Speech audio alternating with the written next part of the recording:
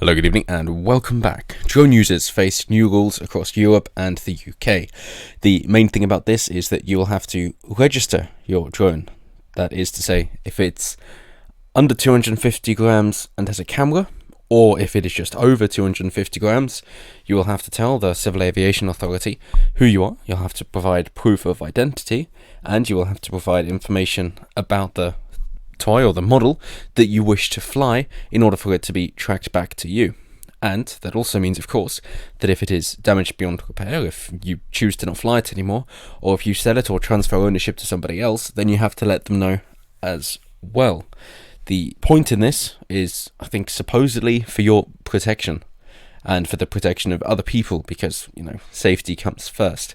However, when it comes down to any sort of registry like this, then we are all a bit concerned as to what the next steps intend to be, and it's very similar arguments against gun registries throughout history and currently in America as well. But before we get into it, I would just like to give a quick thanks out to the Lever, who had me on his channel for a live stream earlier on this evening, and do by all means go check it out. A bit more information about me, why I do what I do, and my intentions for setting up the channel and also moving forward. And it was also wonderful for him to have me on, so thanks again, as I said at the time. And with that, welcome new people to the channel. I hope you like what you see and stick around. So let's crack on. New rules are coming into force on Thursday to govern how pilots can operate their drones. They harmonise the rules across all EU member states, Norway and Iceland, and will also be mirrored by the UK. Yes, because if anything's happening before the 31st of December in the EU, then the UK have to follow it as well. It seems to be even the same in Australia, because the idea, according to the DJI, one of the world's biggest drone makers, who've welcomed the changes, is to say that it streamlines different processes and allows customers to travel from country to country without having to worry about different rules in different foreign locations, said Christian Struve, the firm's director of public policy. It's the same policy, but of course you do have to register it in the different countries of which you wish to fly it in. Under the rules, even small drones will need to be registered with a relevant aviation authority, which in the UK is the Civil Aviation Authority. So, as I say, the idea is to keep people safe, protect their privacy, of course, because it's the cameras that need to be registered. And we have seen incidents, I believe it was the year before last, where during the Christmas period, Gatwick Airport was closed for a little bit. They couldn't take off their aircraft because people were flying drones around the airport, interfering with the large aircraft, the passenger airliners, to fly. And the use of the term drone has different definitions depending on who you're asking. That the definition that most people are using now is just to say an unmanned aircraft. However, the initial idea was that it was to be with a satellite link, and then that would be a drone, as opposed to being remote control, which was to have a wire to the model, and radio control, which was done wirelessly, which now I think is 2.4 gigahertz, is the signal that they use, the wavelength, if you will. So they've got their short, stubby aerials instead of the long ones, which had more interference. But yeah, as times change, I've got a little bit of experience in this. So the other thing about registering it is that, of course, the powers that be do not want you to know what they're doing, but they want to know everything that you're doing. So if you're trying to do a little bit of individual journalism, then you might find out something without having to be there, because the quadcopters, which is what they mainly are, or hexcopters for a more stable platform, can go pretty much anywhere. And that means you'll be able to see things that they don't want you to see. Some of them could be, well, hey, we don't want spying from foreign countries going into our airspaces for security reasons, that they don't want them flying over military bases, in which case fair enough, but I'm pretty sure the military bases would be able to take down the quadcopters without too much issue. The other points, though, is that, as they mention, that they've been used for deliveries, for example, and if they can be used for deliveries for Royal Mail, then they can also be used for deliveries from other countries for drug drops. for example, as they have been, that I'm aware of at least, to fly over the channel, drop it, and then it's picked up by a dog walker, and that's an easier way to get drugs across the channel, leaving a far smaller trace than they would if they were trying to get it in a shipment, for example, or stow it away and get it on a cargo ship or put it in one of the little dinghies.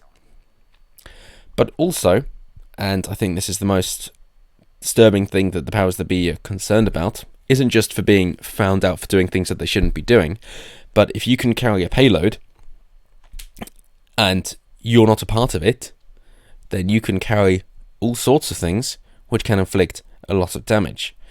I'm not saying that people will have access to things such as Semtex, but fertilizer bombs, which is just creating a lot of oxygen very quickly, could be used and could be carried by the quadcopters, and then you don't need a lot of range, even if it's only a kilometre. Then you can still fly it into somewhere almost undetected because of how small it is, and cause a lot of damage in a very localized area, and almost use it as an assassination attempt to take somebody out.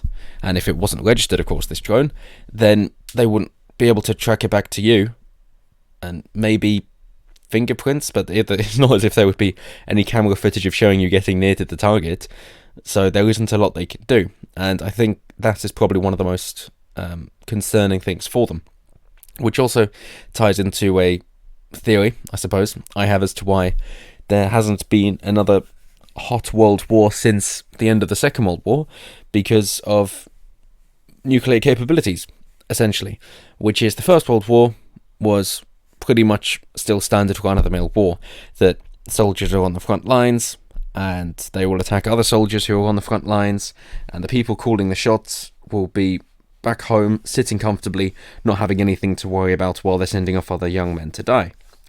The Second World War, that kind of broke down a bit, in that the leaders of their respective nations or armies could be targeted. The fighting was no longer limited to just the front lines. It could go anywhere in the world. And so, of course, you had bigger bunkers built in order to protect the so-called most important people. And then with nuclear capabilities, there's kind of the realization that, yeah, sure, you might have a nuclear bunker, but it's not going to really help you out, because you're not really going to be able to get supplies in from anywhere if your place is fully irradiated. And that is what leads me to believe that there haven't been any more hot global wars since then. Of course, you've had places like the Korea War or the Vietnamese War or the fighting out in the Middle East, but not with any nuclear powers, because by doing it this way, the powers that be can keep themselves protected and not have anything to worry about themselves being targeted, but they can send other people off to die while they're still kept safe. So by having quadcopters that can take these packages and target them individually, that is going to be a bit of a concern, and that is where most of the rules and regulations come from, the same as gun registries, which then led to the banning of guns, because hey, they knew how many guns each person had and which guns in order to know exactly what to take from them, as we've seen historically. So that is my reasoning for why they're doing this now.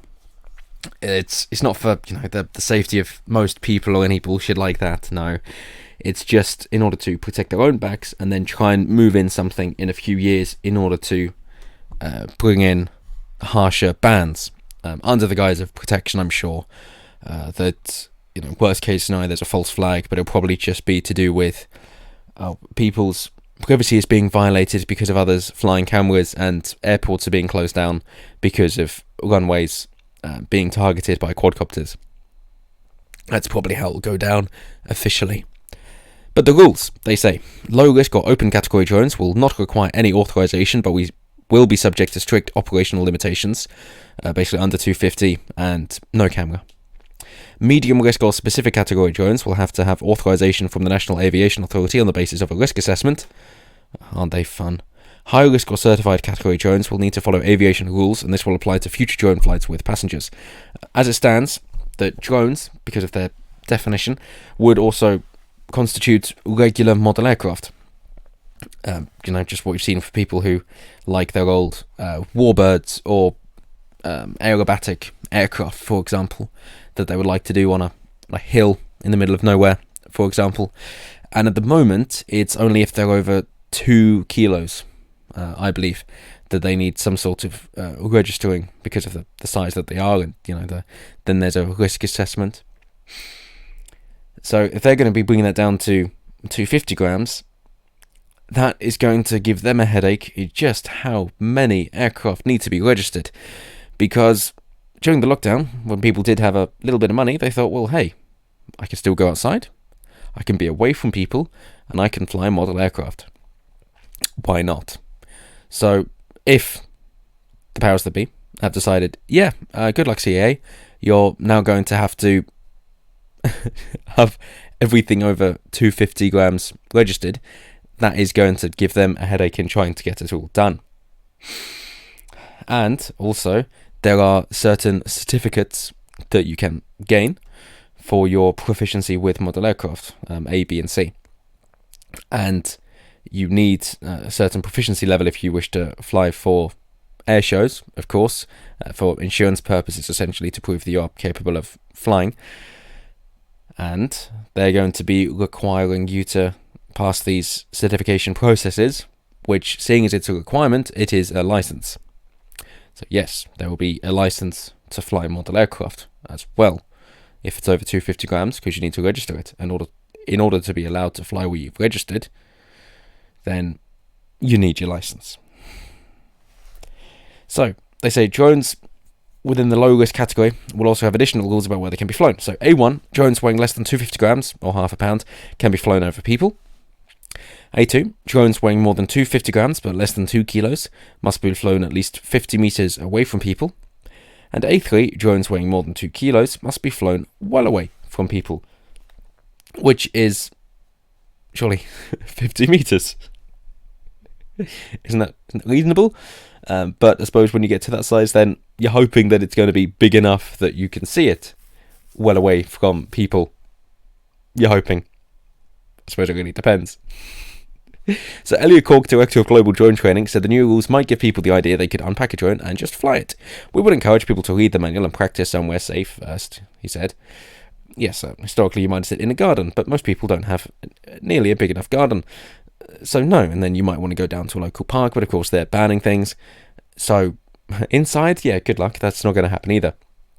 So it will just be down to clubs that you have to register, and then they'll be up on the rules. So hopefully they'll be able to help you out, but that will be creating a barrier eventually for new people hoping to get into the hobby, because it will be a bit of a logistical nightmare for a beginner to just say, oh, I got this for Christmas, and it was about 250 quid as a setup to get started, and oh, I see, now I have to register and go through these hurdles and jump through these hoops and then join this club, and now it's taken another couple of weeks and it's going to cost a few £100 more in order to get to fly it, and I can't really be bothered. I'm going to pick something else instead. But I think that's the idea, just to make things too difficult for people to want to do it, that they don't do it.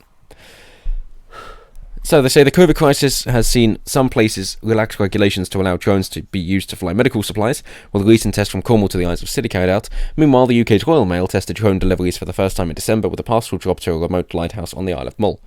And yes, there are very good, useful points for them, but of course you're not going to get the pilots to be able to fly these things if they're not allowed to train in their own time first. And that is the case for, let's say, Formula 1 drivers as well, of course, that they've got to be allowed to practice in their own time through, like, karting, go-karts, in order to then get to the level where other people want to hire them. And the same goes for flying the drones, or model aircraft as they are, more realistically. But that's it from me. So as always, let me know what you guys think down below. That is there something more nefarious afoot? Or do you think, oh no, it'd be so good to not have to worry about other people looking at what I'm doing in my own garden, and if they're registered, then at least we'll be able to track them down, because the police will definitely be interested in pursuing these things which are going against a regular civilian. Or if you think, no, this is just to cover their own back, because they're always a bit too concerned when people get a bit too much freedom or find a way around the rules, and then there's technology which aids them to do that they have to crack down in order to save their own skins. Either way, let me know down below. Always intrigued to hear what you guys have to say, and as always, until next time, have a good one.